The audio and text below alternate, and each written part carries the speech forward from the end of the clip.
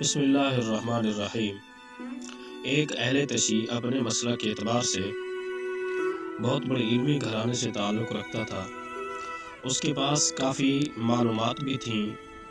ان کے بقول ان کا کہنا تھا کہ میرے ان سوالات کا جواب کسی مولوی کے پاس نہیں ہے۔ میں نے اس سے جب ملاقات کی تو اس کی ہر ادا سے گویا علماء سے حتیٰ کہ صحابہ کرام رضوان اللہ تعالی علیہم اجمعین سے بھی نفرت و حقارت کی جھلک واضح تھی۔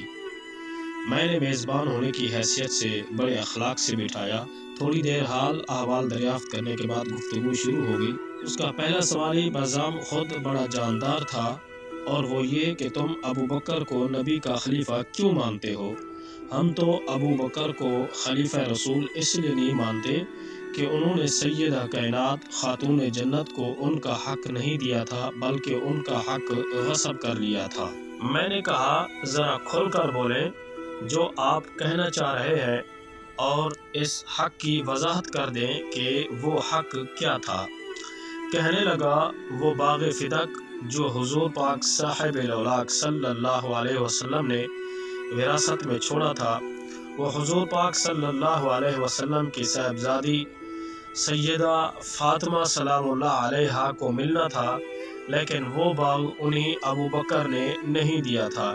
یہ صرف میرا دعویٰ ہی نہیں، بلکہ میرے پاس اس دعوے پر مسلک کی بہت سی کتابوں سے ایسے وزنی دلائل موجود ہیں جنہیں آپ کا کوئی عالم جھٹلا نہیں سکتا۔ یہ بات اس نے بڑے پر اعتماد اور مضبوط انداز میں کہی۔ مزید اس نے کہا کہ میری بات کے ثبوت کے لیے یہی کافی ہے کہ وہ باغ فدق آج بھی سعودی حکومت کے زیر تصرف ہے، اور وہ حکومتی مصارف کے لیے وقف ہے۔ یہ اس بات کی دلیل ہے کہ آج تک آل رسول کو ان کا حق نہیں ملا ہے۔ اب آپ ہی بتائیں، جنہوں نے آل رسول کے ساتھ یہ کیا ہو، ہم انہیں کیسے خلیفہ رسول تسلیم کر سکتے ہیں؟ میں نے اس کی گفتگو بڑے تحمل سے سنی، اور اس کا اعتراض سن کر میں نے پوچھا کہ آپ کا سوال مکمل ہو گیا یا کچھ باقی ہے؟ وہ کہنے لگا میرا سوال مکمل ہو گیا ہے، اب آپ اس کا جواب دیں۔ میں نے عرض کیا کہ آپ نبی کریم صلی اللہ علیہ وسلم کے بعد پہلا خلیفہ کن کو مانتے ہیں؟ وہ کہنے لگا ہم مولا علی کو خلیفہ بلا فصل مانتے ہیں۔ میں نے کہا کہ عوام و خواص کے جان و مال اور ان کے حقوق کا تحفظ خلیفۃ المسلمین کی ذمہ داری ہوتی ہے، کسی اور کی نہیں۔ مجھے آپ پر تعجب ہو رہا ہے کہ آپ خلیفہ بلا فصل تو سیدنا علی رضی اللہ تعالی عنہ کو مان رہے ہیں، اور اعتراض سیدنا صدیق اکبر رضی اللہ تعالی عنہ پر کر رہے ہیں۔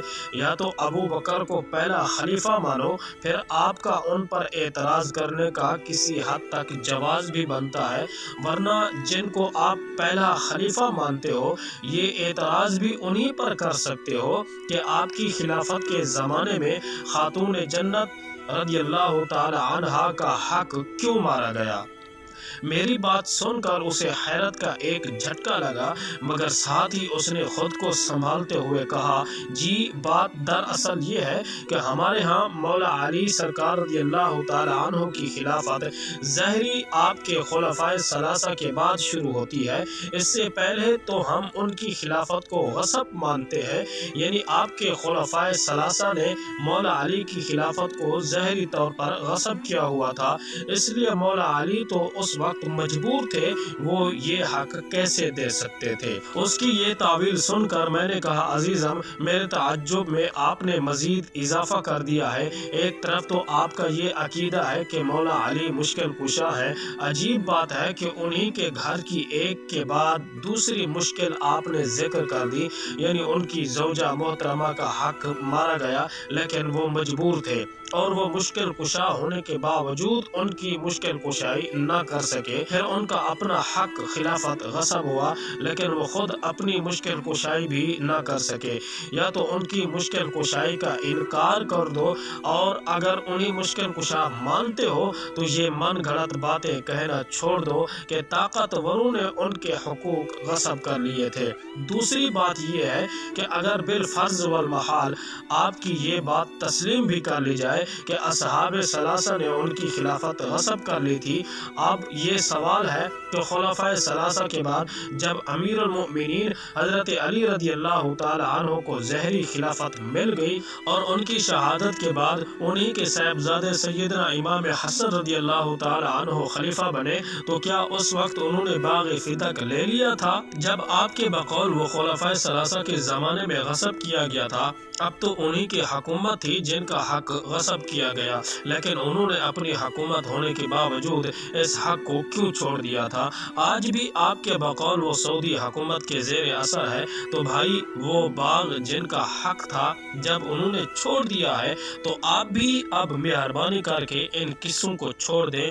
اور اگر آپ کا اعتراض سیدنا صدیق اکبر رضی اللہ تعالی عنہ پر ہے کہ ان کی ظاہری خلافت میں آل رسول کو باغ فدق کیوں نہیں ملا، تو یہی اعتراض آپ کا امیر المؤمنین حضرت علی رضی اللہ تعالی عنہ پر بھی ہوگا کہ ان کی ظاہری خلافت میں آل رسول کو باغ فدق کیوں نہیں ملا۔ میری بات سن کر وہ کچھ سوچنے لگا، مگر میں نے اسی لمحے اس پر ایک اور سوال ڈال دیا کہ آپ یہ بتائیں کہ وراثت صرف اولاد کو ہی ملتی ہے یا بیویوں اور دوسرے ورثاء کو بھی ملتی ہے؟ کہنے لگا بیویوں اور دوسرے ورثاء کو بھی ملتی ہے۔ میں نے کہا پھر آپ کا اعتراض صرف سیدہ فاطمہ رضی اللہ تعالی عنہا کے بارے کیوں ہے؟ حضور پاک صلی اللہ علیہ وسلم کی ازواج مطہرات کے بارے آپ نے کیوں نہیں کہا کہ انہیں بھی وراثت سے محروم رکھا گیا ہے؟ اور آپ جانتے ہیں کہ ازواج مطہرات میں سے سیدنا صدیق اکبر کی صاحبزادی سیدہ عائشہ صدیقہ رضی اللہ تعالی عنہا اور امیر المؤمنین حضرت فاروق اعظم رضی اللہ تعالی عنہ کی صاحبزادی سیدہ حفصہ رضی اللہ تعالی عنہا بھی ہے۔ آپ نے خلفائے رسول پر یہ الزام دھرنے سے پہلے کبھی نہیں سوچا کہ اگر انہوں نے نبی صلی اللہ علیہ وسلم کی صاحبزادی کو حضور کی وراثت نہیں دی تو اپنی صاحبزادیوں کو بھی تو اس سے محروم رکھا ہے؟ میری گفتگو سن کر اب وہ مکمل خاموش تھا، ساتھ ہی وہ گہری سوچ میں ڈوبا ہوا بھی معلوم ہوا۔ میں نے اسے پھر متوجہ کرتے ہوئے کہا کہ عزیزم، کب تک ان پاک ہستیوں کے بارے بدگمانی پیدا کرنے والی سروں پا جھوٹی باتوں کی وجہ سے حقائق سے آنکھیں بند کر کے رکھو گے؟ اب میں تمہیں وہ حقیقت ہی بتا دوں جس کی وجہ سے حضور پاک صلی اللہ علیہ وسلم کی وراثت آپ کے کسی وارث کو نہیں دی گئی۔ وہ خود جناب رسالت مآب صلی اللہ علیہ وسلم کا فرمان عالی شان ہے کہ ہم انبیاء دنیا کی وراثت میں نہ کسی کے وارث بنتے ہیں اور نہ کوئی ہمارا وارث بنتا ہے۔ ہم جو مال و جائیداد چھوڑتے ہیں وہ امت پر صدقہ ہوتا ہے۔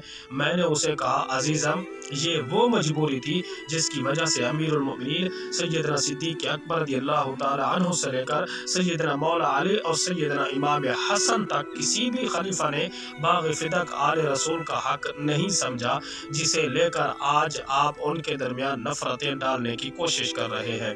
وہ اب میری گفتگو سن کر پریشان اور نادم محسوس ہونے لگا۔ پھر انتہائی عاجزی سے اس نے مجھے دیکھا اور گویا ہوا، آپ کا بہت بہت شکریہ، آپ نے میری آنکھیں کھول دیں۔ آج سے میں اس طرح کے اعتراضات کرنے سے توبہ کرتا ہوں۔ اب میں رب تعالی سے بھی وعدہ کرتا ہوں کہ آئندہ میں رسول اللہ صلی اللہ علیہ وسلم کے اصحاب رضوان اللہ تعالی علیہم اجمعین کے بارے میں اپنی سوچ کو مثبت بناؤں گا۔ میں نے اس نوجوان کو مبارکباد دی اور ایک محبت سے بھرپور معانقہ و مصافحہ ہوا۔ پھر وہ نوجوان شکریہ ادا کرتے ہوئے چلا گیا۔